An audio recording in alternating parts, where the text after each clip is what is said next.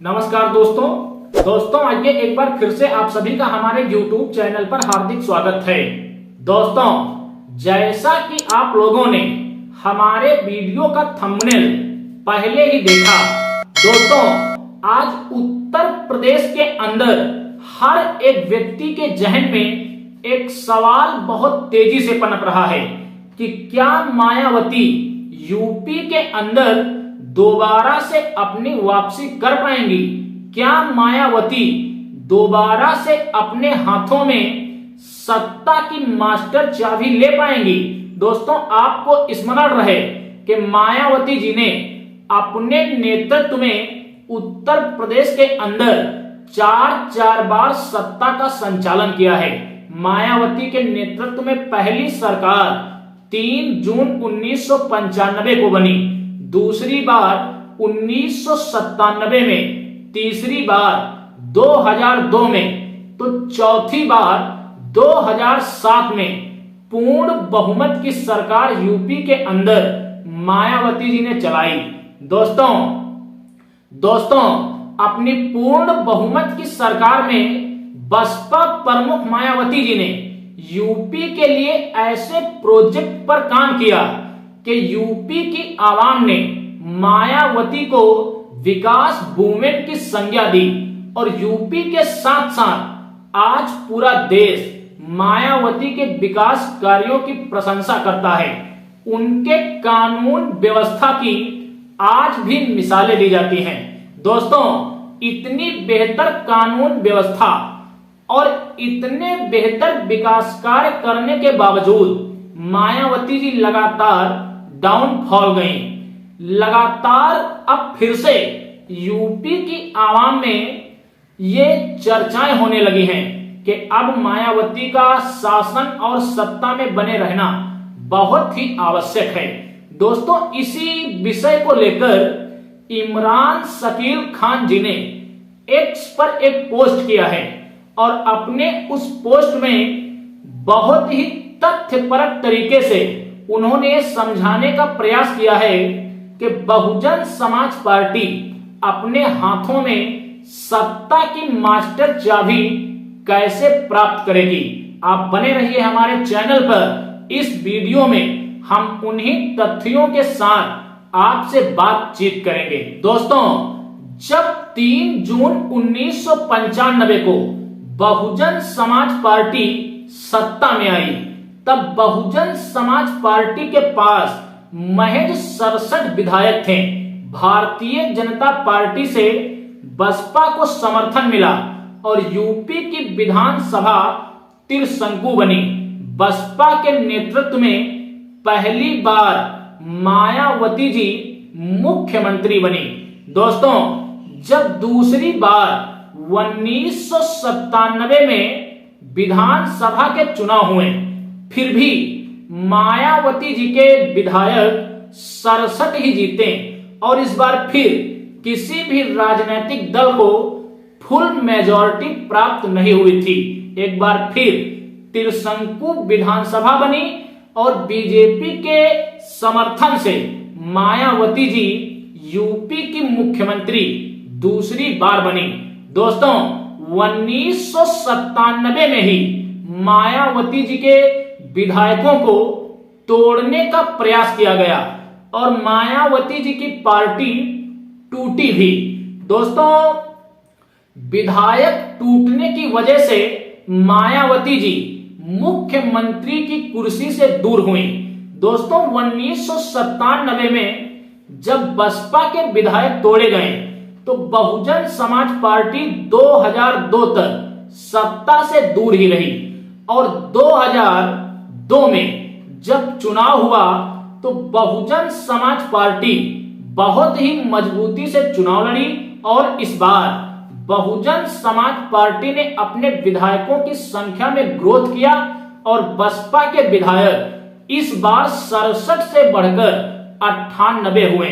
दोस्तों, जब 2002 में बसपा की 98 सीटों पर विजय हुई, इस बार भी किसी भी दल को फुल मेजॉरिटी नहीं मिली और गठबंधन से एक बार फिर मायावती जी उत्तर प्रदेश के अंदर मुख्यमंत्री बनी और करीब मायावती जी का शासनकाल 1 वर्षों तक चलता रहा और 2003 लगने के बाद एक बार फिर बहुजन समाज पार्टी के विधायकों को तोड़कर मायावती जी की सरकार गिराने का काम सूबे के अंदर किया गया।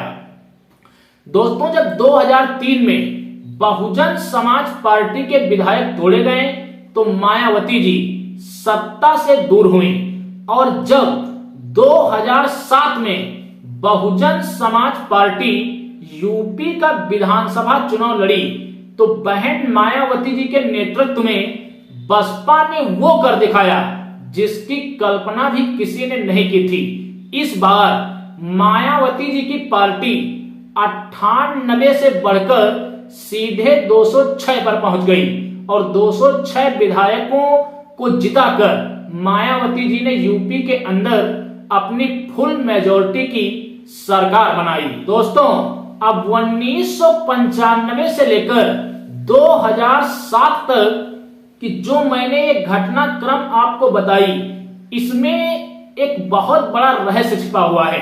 दोस्तों, अगर आपने इस वीडियो को गौर से सुना तो आपको ये एहसास हुआ होगा कि जब जब बहुजन समाज पार्टी को तोड़ने का प्रयास किया गया तब तक बहुजन समाज पार्टी ने एक अच्छा प्रदर्शन किया और आज भी बहुजन समाज पार्टी के साथ यही कुछ हो रहा है।